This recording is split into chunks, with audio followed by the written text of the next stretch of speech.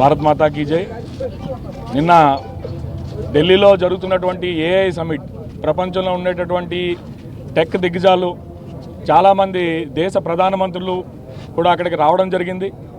అటువంటి ప్రతిష్టాత్మకంగా భారతదేశంలో మన ఢిల్లీలో భారత్ మంటపంలో జరుగుతున్నటువంటి ఏఐ సమిట్ పైన కొంతమంది కాంగ్రెస్ గూండాలు దాడి చేయడం ఏదైతే ఉందో దాన్ని పూర్తిగా ఖండిస్తున్నాం. ఇటువంటి దాడిని భారతీయ జనతా పార్టీ ఉపేక్షించేది లేదు. కొన్ని దశాబ్దాలుగా కాంగ్రెస్ పార్టీ పరిపాలనలో ఎంతోమంది యువత మేధావులు ఇక్కడి నుంచి అమెరికా వెళ్ళిపోవడం జరిగింది. వీరు మన దేశంలో ఉన్నటువంటి మేధస్సుని ఇక్కడే ఉండేటటువంటి కంపెనీలని స్థాపించి రానున్నటువంటి దశాబ్దం ఏదైతే ఉందో, రానున్నటువంటి దశాబ్ద కాలం మొత్తం కూడా ఏఐ తాలూకు దశాబ్దం, ఆర్టిఫిషియల్ ఇంటెలిజెన్స్ ఏదైతే ఉందో అది రానున్నటువంటి రోజుల్లో ప్రపంచాన్ని శాసించేటటువంటి పరిస్థితిని మనం గమనించాలి.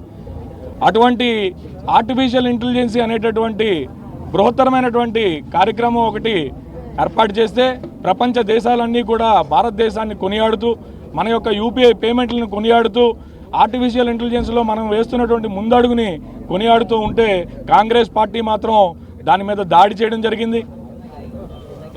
యువతకి ఉపాధి ఉద్యోగ అవకాశాలని కల్పించేటటువంటి కార్యాచరణ ఇది. ఎన్నో కంపెనీలని, ప్రపంచ దిగ్గజ కంపెనీలని భారతదేశానికి తీసుకొచ్చేటటువంటి కార్యాచరణ.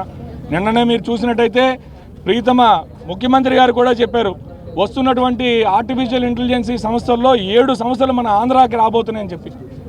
7 సంస్థలు మన ఆంధ్ర రాష్ట్రానికి రాబోతున్నటువంటి ఇటువంటి తరుణంలో ఈ కాంగ్రెస్ పార్టీ వాళ్ళు ఏదైతే అక్కడ భారత మంటపం మీద దాడి చేశారో దీన్ని భారతదేశం మీద దాడిగానే చూడాలి.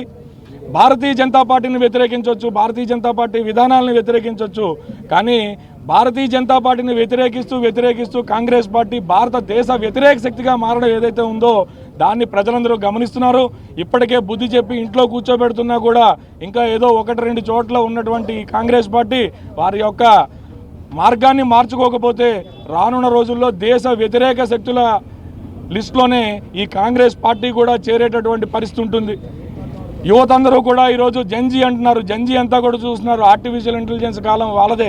అటువంటి ఆర్టిఫిషియల్ ఇంటెలిజెన్స్ని ప్రపంచంలోనే భారతదేశాన్ని ఉత్తమ స్థానంలో నిలబెట్టాలని చెప్పి ప్రయత్నిస్తున్నటువంటి ఈ ప్రయత్నానికి మన ముఖ్యమంత్రి గారు కూడా చెప్పారు, ఆర్టిఫిషియల్ ఇంటెలిజెన్స్ ఏదైతే వస్తున్నదో ఇందులో ప్రథమ భాగం మన రాష్ట్రమే లబ్ధి చెందుతున్నది అని చెప్పి. ఇటువంటి పరిస్థితుల్లో కాంగ్రెస్ పార్టీ వారు భారత మంటపంపై చేసినటువంటి దాడిని ఉన్మాద చర్యగా భావించి దీన్ని భారతీయ జనతా పార్టీ పూర్తిగా ఖండిస్తున్నాం. రానున్న రోజుల్లో వీళ్ళు కానీ ఈ పరిస్థితిని మార్చుకోకపోతే దాడులు మరింత తీవ్రతరం చేస్తామని చెప్పి హెచ్చరిస్తున్నాం.